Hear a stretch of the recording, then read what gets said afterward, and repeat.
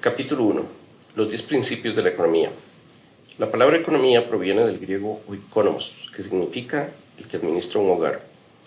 Al principio de este origen podría parecer peculiar, pero de hecho los hogares y la economía tienen mucho en común. En un hogar se deben tomar muchas decisiones. Debe decidirse cuáles tareas serán realizadas por cada uno de sus miembros y qué recibirán estos a cambio. Quién cocina, quién lava la ropa y a quién le toca un postre extra en la cocina. ¿Quién usará el automóvil? Es, en suma importancia, en un hogar que se deben distribuir los recursos escasos, como tiempo, postre, kilometraje del automóvil, entre los diferentes miembros según las habilidades, esfuerzos y deseos. Al igual que en un hogar, la ciencia enfrenta numerosas decisiones. Una sociedad debe encontrar la manera de decidir cuáles trabajos deben realizarse y quién los llevará a cabo. Se necesitan personas que trabajen la tierra, otras que confeccionen ropa y otras más que diseñen programas de cómputo.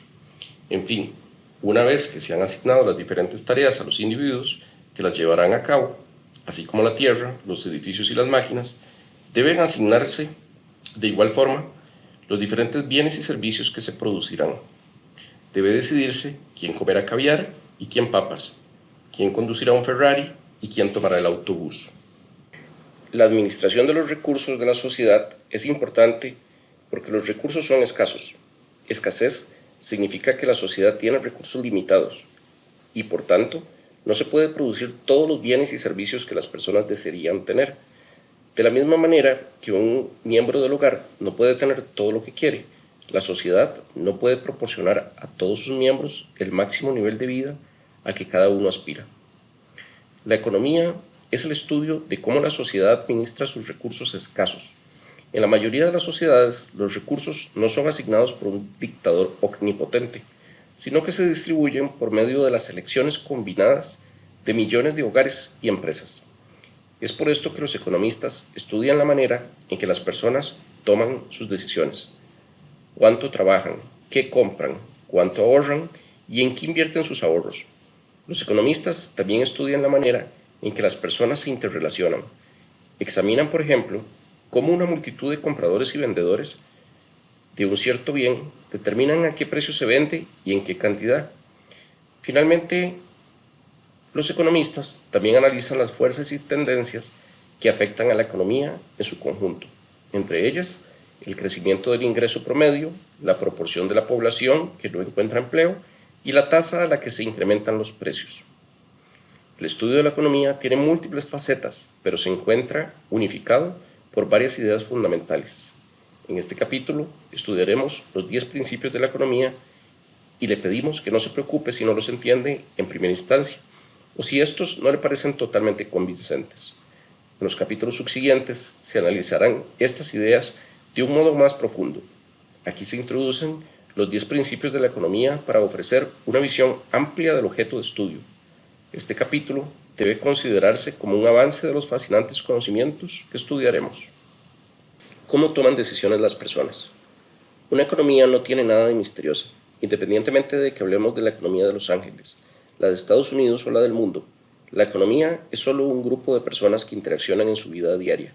El comportamiento de una economía refleja el comportamiento de los individuos que la conforman, y es por esto que iniciamos el estudio de la economía con 4 principios que regulan la toma de decisiones individual. Principio 1. Las personas enfrentan disyuntivas. Quizás has escuchado el refrán que dice: nada es gratis en la vida. Este refrán es muy cierto, ya que para obtener lo que deseamos, por lo general, tenemos que renunciar a algo que también nos gusta. Tomar decisiones significa elegir entre 2 objetivos. Pensemos en un estudiante que debe decidir cómo distribuir su recurso más valioso, es decir, su tiempo. Él puede pasar todo su tiempo estudiando economía o psicología o dividirlo entre estas 2 materias. Por cada hora que el estudiante destine a estudiar una materia, en automático dejará de estudiar la otra durante ese tiempo. Por cada hora que pase estudiando, dejará de dedicar dicha hora a tomar una siesta, pasear en bicicleta, ver la televisión o trabajar medio tiempo para así tener algo de dinero extra. Ahora piense en los padres que deciden cómo gastar el ingreso familiar. Pueden comprar ropa, alimentos o unas vacaciones familiares, pueden también ahorrar una parte de su ingreso para cuando se jubilen o retiren, o bien pagar la educación universitaria de sus hijos. Cuando los padres deciden gastar $1 en uno de estos bienes, en automático tienen $1 menos para gastar en otra cosa. Cuando las personas se agrupan en sociedades, enfrentan diferentes disyuntivas. Las más comunes es entre alimentos y armas. Cuanto más gaste la sociedad en defensa nacional, armas, para proteger sus litorales de agresores extranjeros, tanto menos dinero tendrá para gastar en bienes de consumo, alimentos, para mejorar el nivel de vida en el país. Asimismo, en las sociedades modernas también es importante la disyuntiva entre un ambiente limpio y un alto nivel de ingresos. Las leyes que exigen que las empresas contaminen menos provocan que aumenten los costos de producción de los bienes y servicios, y debido a estos costos más altos, las empresas ganan menos, pagan salarios más bajos, venden los bienes a precios más altos o crean una combinación de estas tres variables. Así, aunque las leyes para reducir la contaminación dan por resultado un ambiente más limpio y mejoran la salud, su costo es la reducción del ingreso de los propietarios de las empresas, los trabajadores y los clientes. Otra disyuntiva que enfrenta la sociedad es entre la eficiencia y la igualdad. La eficiencia significa que la sociedad obtiene los máximos beneficios de sus recursos escasos. La igualdad significa que dichos beneficios se distribuyen de forma equitativa entre sus miembros. En otras palabras, eficiencia se refiere al tamaño del pie o pastel económico e igualdad a la manera como se reparte el pastel entre los diferentes individuos. En el momento en que se diseñan las políticas gubernamentales, estos dos objetivos entran en conflicto. Piense, por ejemplo, en las medidas destinadas a conseguir una distribución más igualitaria del bienestar económico. Algunas de ellas, como el sistema de asistencia social o el seguro de desempleo, tratan de ayudar a los más necesitados. Otras, como el impuesto sobre la renta o el ingreso que pagan las personas, están destinadas a lograr que los individuos que tienen mayor éxito económico contribuyan en mayor medida al financiamiento del gobierno. Aun cuando estas medidas incrementan la igualdad entre la sociedad, también reducen su eficiencia. Cuando el gobierno redistribuye el dinero de los ricos entre los pobres, reduce también la recompensa al trabajo duro, y como resultado las personas tienden a trabajar menos y a producir menos bienes y servicios. En otras palabras, cuando el gobierno trata de repartir el pastel en proporciones iguales, este se hace más pequeño. El hecho de reconocer que las personas enfrentan disyuntivas no indica por sí solo qué decisiones tomarán o deberían tomar. Un estudiante no deja de estudiar psicología solo porque eso le permitirá tener más tiempo para estudiar economía. Del mismo modo, la sociedad no deja de proteger el ambiente solo porque las regulaciones ambientales reducen nuestro nivel de vida material. Asimismo, la sociedad no debe dejar de ayudar a los pobres solo porque esto distorsiona los incentivos al trabajo. No obstante, es muy probable que los individuos tomen decisiones adecuadas solo si entienden las opciones que tienen a su disposición. Por lo tanto, nuestro estudio de la economía comienza por identificar las disyuntivas que nos presenta la vida. Principio 2. El costo de algo, que es aquello a lo que se renuncia para obtenerlo. Debido a que al tomar decisiones los individuos se enfrentan disyuntivas, es necesario comparar los costos y los beneficios de los diferentes cursos de acción que pueden tomar. Sin embargo, en muchos casos, el costo de una acción no es tan evidente como podría parecer al principio. Considere, por ejemplo, la decisión de estudiar en la universidad. Los principales beneficios serán el enriquecimiento intelectual y tener mejores oportunidades profesionales. Pero, ¿cuáles serán los costos? Para responder a esta pregunta, quizás nos sintamos tentados a sumar el dinero que gastaremos en matrícula, libros, alojamiento y manutención. Sin embargo, este total no representa, en realidad, aquello a lo que renunciamos cuando decidimos estudiar un año de universidad. Hay dos problemas con este cálculo. El primero es que incluye cosas que no son los verdaderos costos de estudiar en la universidad, ya que aun cuando usted abandonara los estudios, de cualquier manera necesitaría gastar en alojamiento y alimentos, los cuales son costos de estudiar solo en la medida en que son más caros en la universidad que en otros lugares. Según este cálculo, ignora el costo más alto de estudiar en la universidad, el tiempo. Cuando decidimos pasar un año asistiendo a las clases, leyendo libros y escribiendo ensayos, este año no puede dedicarse a trabajar.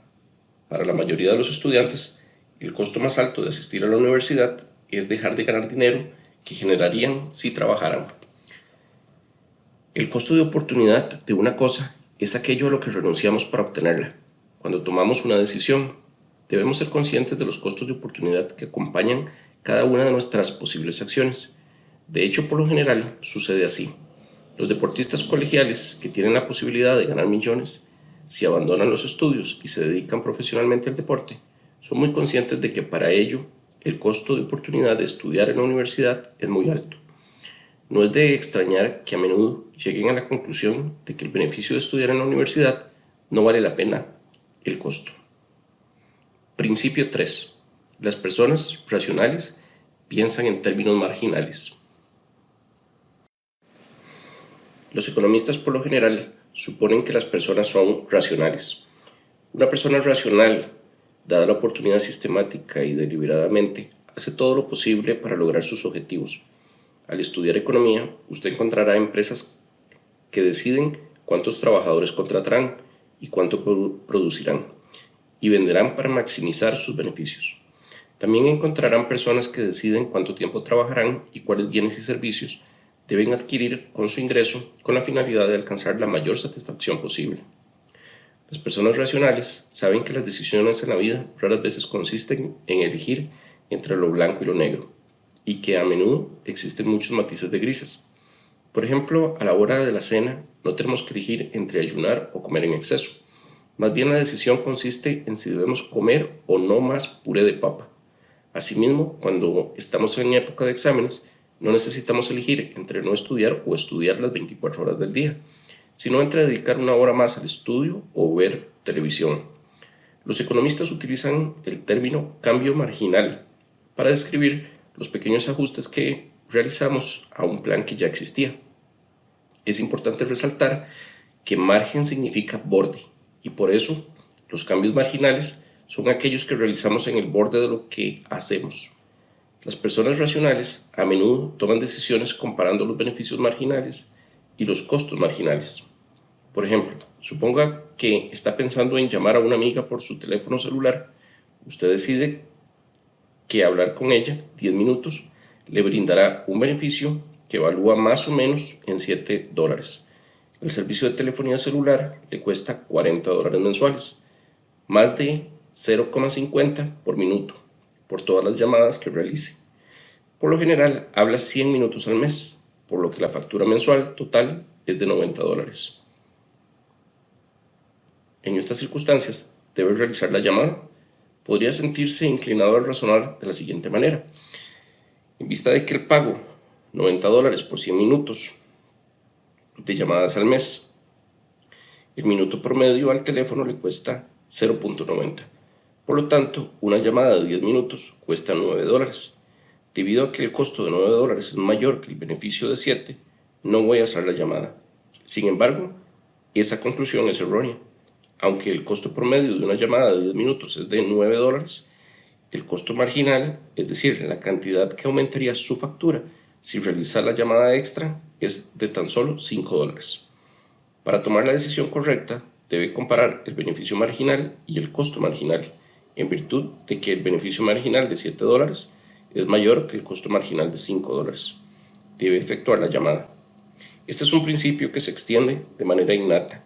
Los usuarios de la telefonía celular que tienen minutos ilimitados, es decir, minutos que son gratis en términos marginales, son propensos a realizar llamadas largas y frívolas. Pensar en términos marginales también funciona para las decisiones de negocios. Piensa en el caso de una línea aérea que tiene que decidir cuánto cobrará a los pasajeros que desean viajar sin hacer reservación. Suponga que volar un avión de 200 plazas por todo el país cuesta a la empresa $100,000. En este caso, el costo promedio por asiento sería de 100,000 entre 200, es decir, $500. Esto quizás nos lleve a concluir que la línea aérea no debe vender ningún boleto en menos de $500. Sin embargo, una línea aérea puede obtener más beneficios si piensa en términos marginales. Imagínese por un momento que un avión está a punto de despegar con 10 asientos vacíos y que un pasajero sin reservación está esperando en la puerta de embarque dispuesto a pagar $300 por su boleto. ¿Debería la línea aérea vender el boleto? Por supuesto que sí. El avión tiene asientos vacíos y el costo de llevar a un pasajero más es casi nulo. De este modo, y aunque el costo promedio de llevar a un pasajero es de $500, el costo marginal es la bebida y la bolsa de botanas que consumirá este pasajero adicional. En la medida que el pasajero que desee volar en el último minuto pague más que el costo marginal, será rentable vender el boleto. La toma de decisiones marginales ayuda a explicar algunos fenómenos económicos que de lo contrario sería difícil de entender. Formulemos una pregunta clásica. ¿Por qué el agua es barata y los diamantes son caros? Los seres humanos necesitan el agua para sobrevivir, mientras que los diamantes no son necesarios, pero por alguna razón las personas están dispuestas a pagar mucho más por un diamante que por un vaso de agua. La razón es que la disposición de una persona a pagar por un producto se basa en el beneficio marginal que le genera una unidad más de ese producto. Así, el beneficio marginal depende del número de unidades que posea esa persona.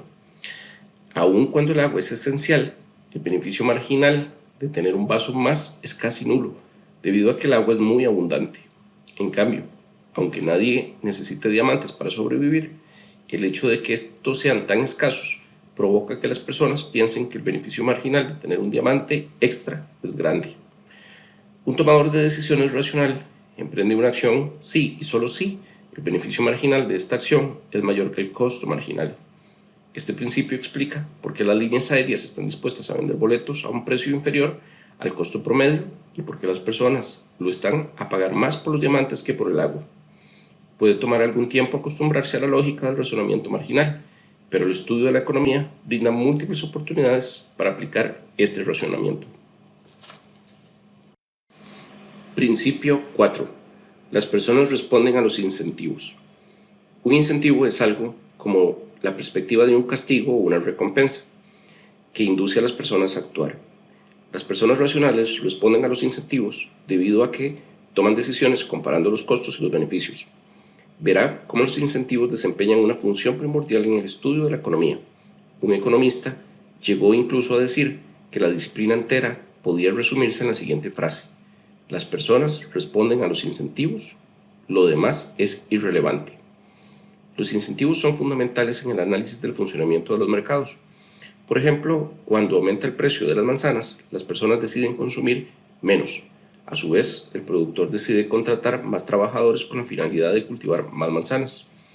Eso suma un precio de mercado más alto, incentiva a los compradores a consumir menos y a los productores a producir más.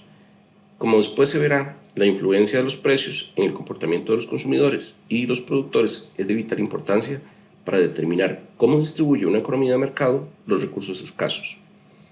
Las autoridades a cargo de diseñar las políticas públicas no deben olvidar los incentivos, pues muchas de las medidas que toman alteran los costos o los beneficios que enfrentan los individuos y por lo tanto su comportamiento. Piense, por ejemplo, en un impuesto a la gasolina. Este motivará a las personas a usar sus automóviles compactos, que hacen uso eficiente del combustible. De hecho, esta es una de las razones por las que en Europa se usan los automóviles compactos, ya que en ese continente los impuestos a la gasolina son más altos que en los Estados Unidos, donde dichos impuestos son bajos. Un alto impuesto a la gasolina también incentiva los viajes en automóvil compartido, el transporte público y el tratar de vivir más cerca del centro del trabajo. Si este impuesto fuera más alto, las personas tenderían a usar más automóviles híbridos y si fuera más alto aún, se usarían automóviles eléctricos. Cuando las autoridades a cargo de diseñar políticas no toman en consideración la manera en que sus medidas repercuten en los incentivos, pueden provocar resultados que no deseaban. Piensen en la política pública sobre seguridad vial en Estados Unidos. Hoy todos los automóviles tienen cinturones de seguridad, pero esto no era así en los años 50. En la década de 1960, el libro de Ralph Nader, Unsafe at Any Speed, despertó en la opinión pública una gran preocupación en relación con la seguridad en los automóviles. El Congreso de Estados Unidos respondió emitiendo leyes que obligaban a las empresas a incluir cinturones de seguridad en todos los automóviles. ¿Cómo afecta la seguridad vial una ley sobre los cinturones de seguridad? El efecto directo es evidente, ya que cuando una persona usa dicho cinturón, incrementa la probabilidad de sobrevivir a un accidente automovilístico grave. Pero eso no es todo, debido a que la ley también afecta el comportamiento al modificar los incentivos. El comportamiento relevante es la velocidad y el cuidado con el que conducen los automovilistas. Conducir lento y con cuidado es costoso, porque requiere mayor tiempo y energía del conductor. Así, al decidir qué tan cuidadosamente conducirán, las personas racionales comparan, quizás de modo inconsciente, el beneficio marginal de conducir con prudencia con el costo marginal. Como consecuencia, las personas conducen más lento y con más cuidado cuando el beneficio de incrementar la seguridad es alto. No sorprende, por lo tanto, que se conduzca más lento y con más cuidado cuando hay hielo en las carreteras que cuando están secas. Considere ahora la ley sobre los cinturones de seguridad. Esta modifica el cálculo del costo-beneficio de los conductores. El cinturón de seguridad reduce el costo de los accidentes, ya que reduce tanto la probabilidad de sufrir una lesión como la de perecer. En otras palabras, reduce los beneficios de conducir lento y con cuidado. La respuesta de las personas ante los cinturones de seguridad es la misma que tendrían ante una mejora en las condiciones de las carreteras: conducir más rápido y con menos cuidado. Así, el resultado de dicha ley es un incremento del número de accidentes. El hecho de que los conductores circulen con menos cuidado repercute negativamente en los peatones, que enfrentan la probabilidad de sufrir más accidentes, pero al contrario de lo que sucede con los conductores, no tienen el beneficio de una mayor protección. En un principio, esta exposición sobre los incentivos y los cinturones de seguridad quizás parezca una especulación ociosa, pero lo cierto es que es un estudio clásico publicado en 1975.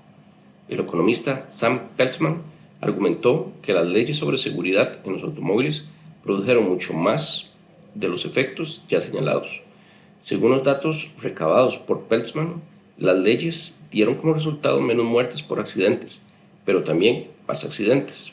El estudio concluyó que el resultado neto es una pequeña variación en el número de muertes entre los automovilistas y un incremento del número de muertes entre los peatones. El análisis de la seguridad vial realizado por Peltzman es un ejemplo poco convencional y polémico del principio general de que los individuos responden a los incentivos. Así, al analizar cualquier política, debemos considerar no solo los efectos directos, sino también los indirectos, que en ocasiones son menos obvios y repercuten sobre los incentivos, ya que si la política modifica los incentivos, modificará también el comportamiento de los individuos. ¿Cómo interaccionan las personas?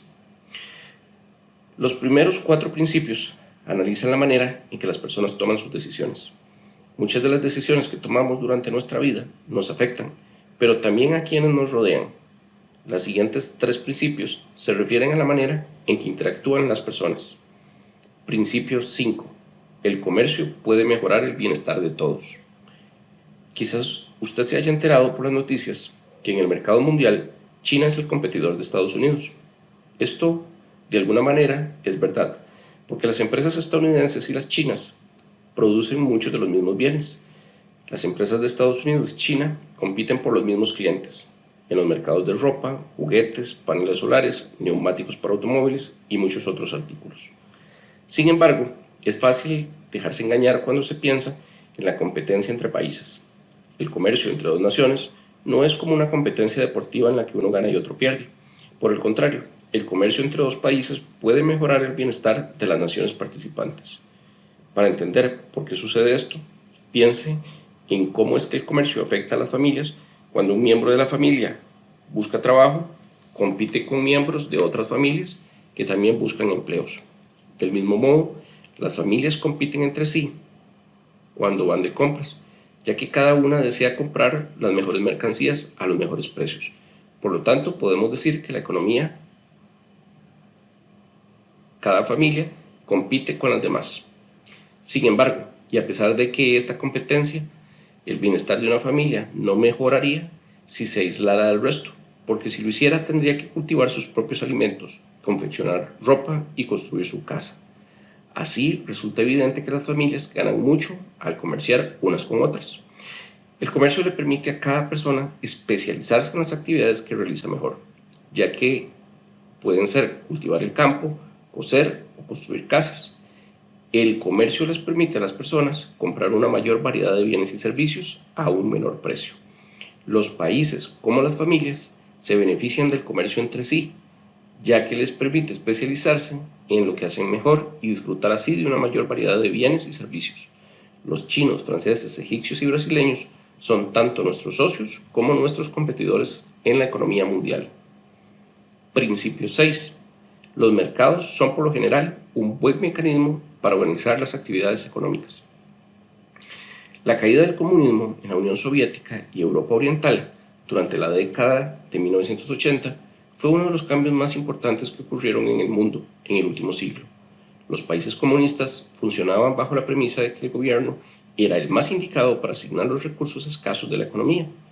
Por medio de una planificación centralizada, se decidía cuáles bienes y servicios debían producirse, en qué cantidad y quiénes los producían y debían consumirlos. La planificación centralizada se basaba en la teoría de que el gobierno era el único capaz de organizar la actividad económica, de tal manera que se promoviera bienestar económico del país en su conjunto. La mayoría de los países que alguna vez tuvieron una economía centralizada han abandonado ese sistema y están tratando de desarrollar una economía de mercado. En una economía de mercado, las decisiones que antes se tomaban de manera centralizada son sustituidas por las decisiones de millones de empresas y hogares. Las empresas son las responsables de decidir a quién contratar y qué fabricar. Los hogares, por su parte, deciden dónde trabajar y qué comprar con su ingreso. Las empresas y los hogares interaccionan en el mercado, donde los precios y el éxito de las economías de mercado es desconcertante. En una economía de mercado, nadie está pendiente del bienestar económico de la sociedad en su conjunto. En el libre mercado coexisten muchos compradores y vendedores de numerosos bienes y servicios y todos ellos buscan principalmente su propio bienestar. Sin embargo, a pesar de que la toma de decisiones se encuentra descentralizada y de que los tomadores de decisiones buscan su propio interés, las economías de mercado han demostrado que son capaces de organizar con éxito la actividad económica para promover el bienestar general. En 1776, Adam Smith, en su libro titulado Una investigación sobre la naturaleza y las causas de la riqueza de las naciones, hizo la observación más famosa de toda la economía.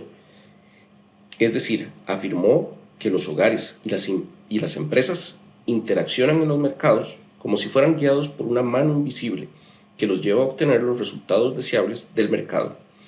Uno de los objetivos de este libro es entender cómo funciona la magia de la mano invisible. A medida que se estudia la economía, aprenderá que los precios son un instrumento que le sirve a la mano invisible para dirigir la actividad económica. En cualquier mercado, los compradores consideran el precio cuando determinan cuánto comprarán o demandarán de ese bien. Del mismo modo, los vendedores examinan el precio cuando deciden lo que van a vender u ofrecer. Como resultado de estas decisiones de compradores y vendedores, los precios de mercado reflejan tanto el valor del bien en la sociedad como el costo que para la sociedad representa producirlo.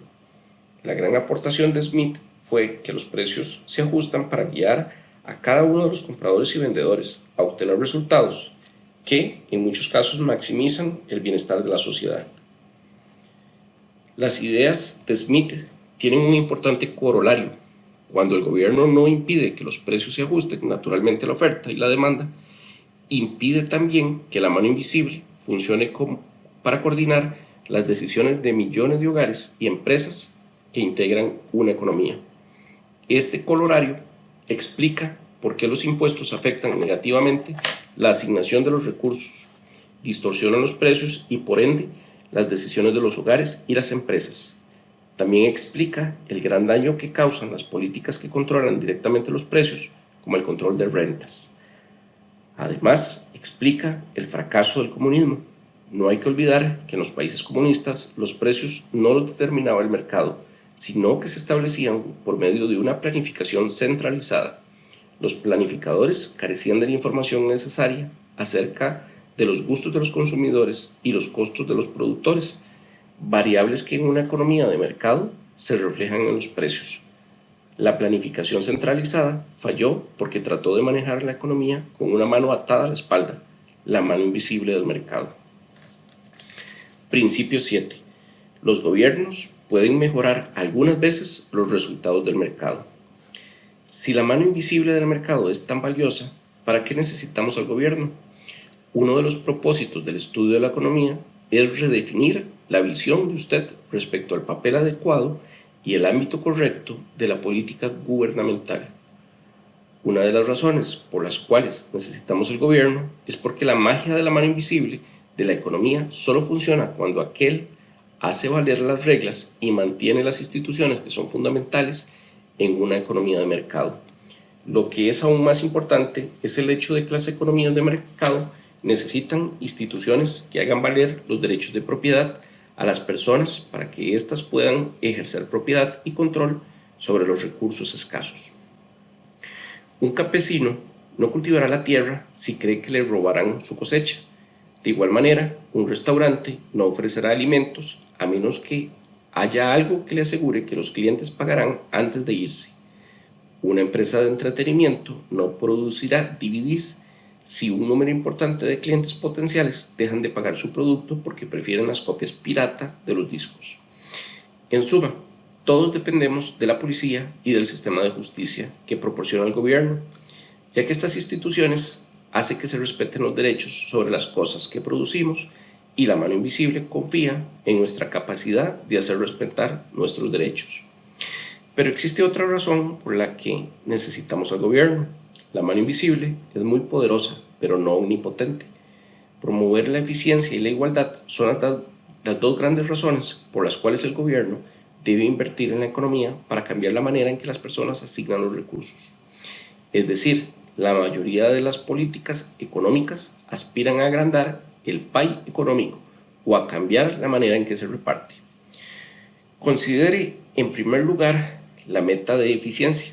Aun cuando en general la mano invisible dirige a los mercados a asignar los recursos para maximizar el tamaño del pie o pastel económico, esto no siempre se logra. Los economistas utilizan el término falla de mercado para referirse a una situación en la cual el mercado por sí solo no asigna eficientemente los recursos. Una de las causas posibles de esta falla de mercado es una externalidad, que es el efecto que las acciones de una persona tienen sobre el bienestar de otra. Un ejemplo clásico de externalidad es la contaminación. Cuando la producción de un bien contamina el aire y crea problemas de salud en quienes viven cerca de las fábricas, el mercado, si se deja que se les arregle solo, puede no tomar en cuenta este costo.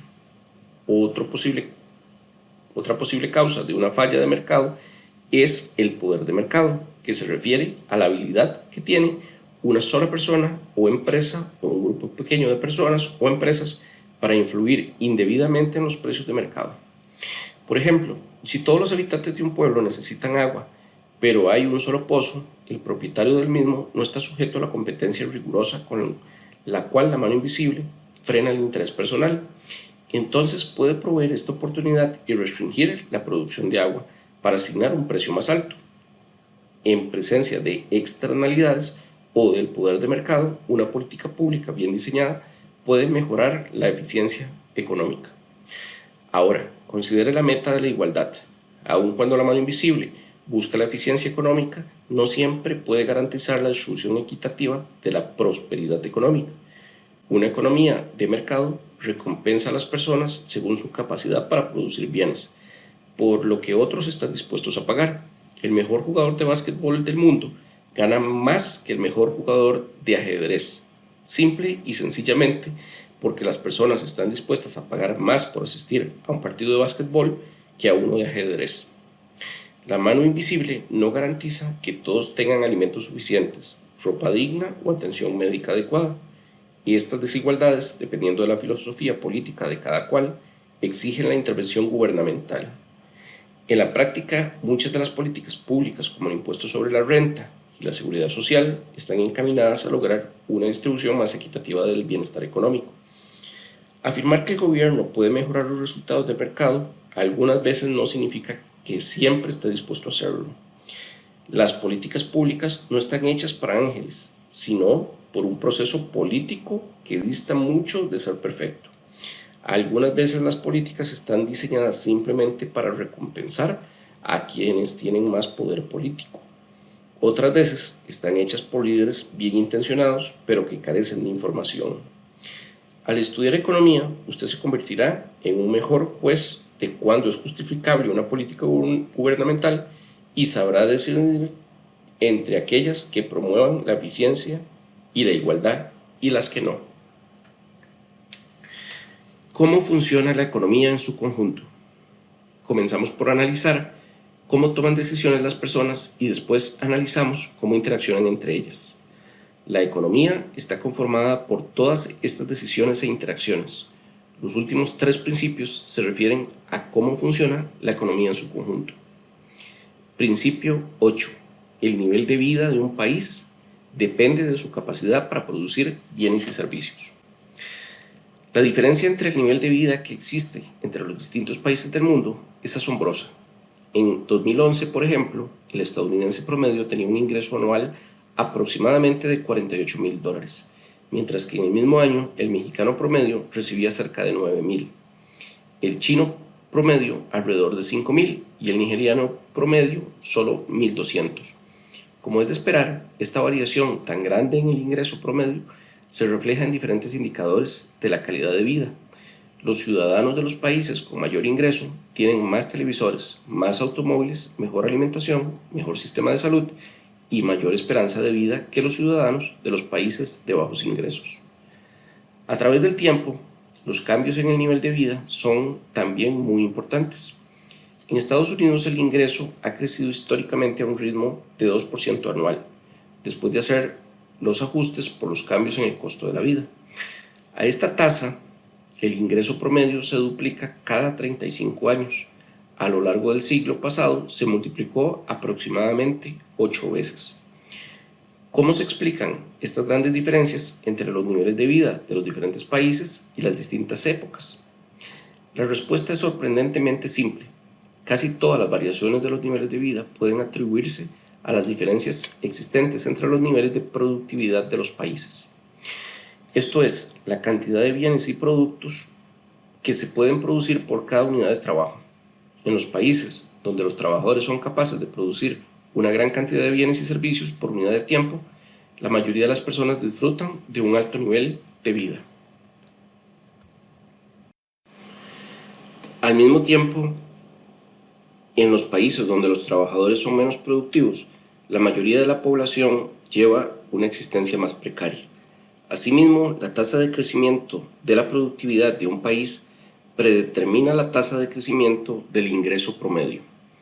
La relación fundamental entre productividad y nivel de vida es simple, pero sus repercusiones son de gran trascendencia. Si la productividad es el principal determinante del nivel de vida, otras explicaciones deben tener importancia secundaria. Por ejemplo, resulta tentador atribuir a los sindicatos o a las leyes sobre el salario mínimo el incremento que se ha experimentado en el nivel de vida del trabajador estadounidense en los últimos 100 años. Sin embargo, el verdadero héroe de los trabajadores estadounidenses es el incremento de su productividad. Otro ejemplo, algunos observadores han afirmado que el incremento de la competencia entre Japón y otros países explica el lento crecimiento del ingreso en Estados Unidos durante las décadas de 1970 y 1980. Sin embargo, el verdadero culpable no es la competencia externa, sino el crecimiento cada vez menor de la productividad en Estados Unidos.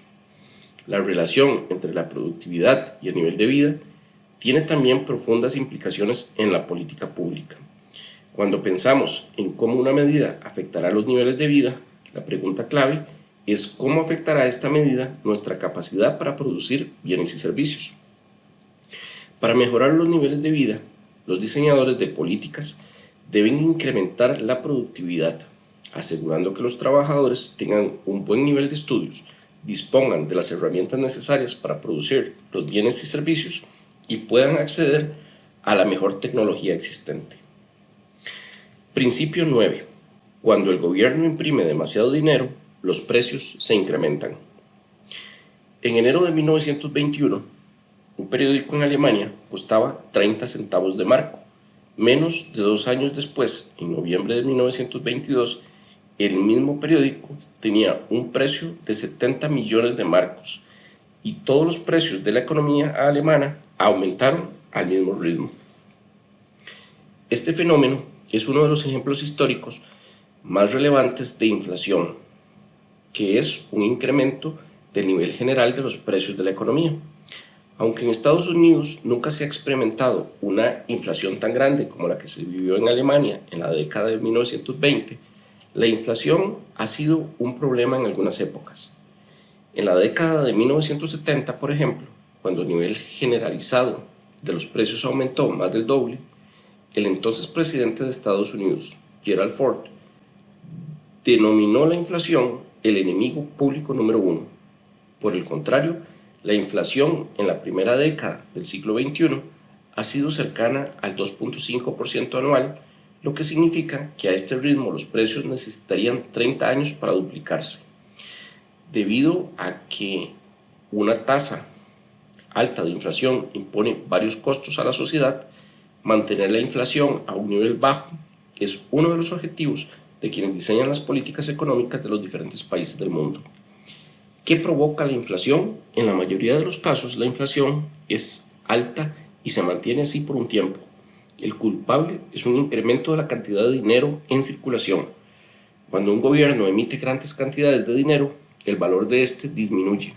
Por ejemplo, a principios de 1920 en Alemania, cuando los precios se triplicaban, en promedio cada mes, la cantidad de dinero que el gobierno emitía también se triplicaba mensualmente. En Estados Unidos, aun cuando la historia económica de ese país es menos dramática, la conclusión es la misma. La tasa alta de inflación experimentada en la década de 1970 se relacionó con un rápido incremento en la cantidad de dinero en circulación y del mismo modo la baja inflación en años recientes está asociada con un lento crecimiento de la cantidad de dinero. Principio 10. La sociedad enfrenta a corto plazo una disyuntiva entre inflación y desempleo. Aun cuando a largo plazo el principal efecto de un incremento en la cantidad de dinero es un nivel de precios más alto, a corto plazo su efecto es más complejo y controvertido. La mayoría de los economistas describen los efectos a corto plazo de un incremento de dinero de la siguiente manera. En la economía, un incremento de la cantidad de dinero estimula el nivel total de gasto y, por ende, la demanda de bienes y servicios. Con el tiempo, un incremento en la demanda puede ocasionar que las empresas incrementen sus precios, pero antes de que esto suceda, este incremento de la demanda estimula a las empresas para que produzcan más bienes y servicios y contraten más trabajadores. Un incremento del número de trabajadores contratados reduce el desempleo. Este tipo de razonamiento lleva a la economía a corto plazo a enfrentar una disyuntiva entre inflación y desempleo. Aunque algunos economistas todavía cuestionan estas ideas, la mayoría acepta que a corto plazo la sociedad enfrenta una disyuntiva entre inflación y desempleo.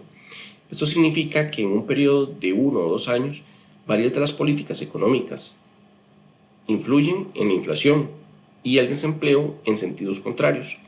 Independientemente de que los niveles de inflación y desempleo sean altos, como en Estados Unidos a principios de la década de 1980, bajos como a finales de la década de 1990 o algo intermedio, los diseñadores de políticas enfrentan esta disyuntiva.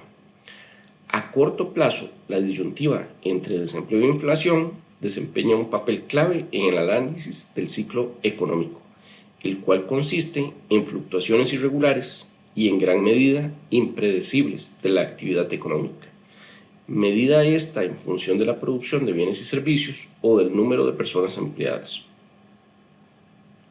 A corto plazo, los diseñadores de políticas económicas pueden explotar esta disyuntiva entre inflación y desempleo utilizando diversos instrumentos. Pueden cambiar, ejemplo, la cantidad que gasta el gobierno, el monto de los impuestos, la cantidad de dinero que se imprime, en fin, dichas autoridades pueden influir en la demanda global de bienes y servicios. Los cambios en la demanda, a su vez, influyen en la combinación de la inflación y desempleo que la economía experimenta a un corto plazo, debido a que estos instrumentos de política económica son muy poderosos en potencia. La manera en que los diseñadores de políticas económicas deben usarlos para controlar la economía, si acaso es tema de incontables debates.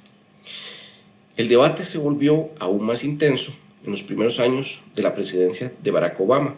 En 2008 y 2009, la economía de Estados Unidos, al igual que muchas otras economías del mundo, experimentó una grave recesión económica. Los problemas del sistema financiero ocasionados por malas inversiones en el mercado de la vivienda se propagaron al resto de la economía y provocaron que el ingreso cayera y el desempleo aumentara de manera exorbitante. Los diseñadores de políticas económicas respondieron de diversas formas para incrementar la demanda general de bienes y servicios. La primera iniciativa importante del presidente Obama fue un paquete de estímulos económicos para reducir los impuestos e incrementar el gasto gubernamental. Al mismo tiempo, el Banco Central del país, la Reserva Federal, incrementó la oferta de dinero. El objetivo de estas políticas fue reducir el desempleo. Sin embargo, algunos expresaron su temor de que estas políticas pudieran provocar con el tiempo un nivel excesivo de inflación.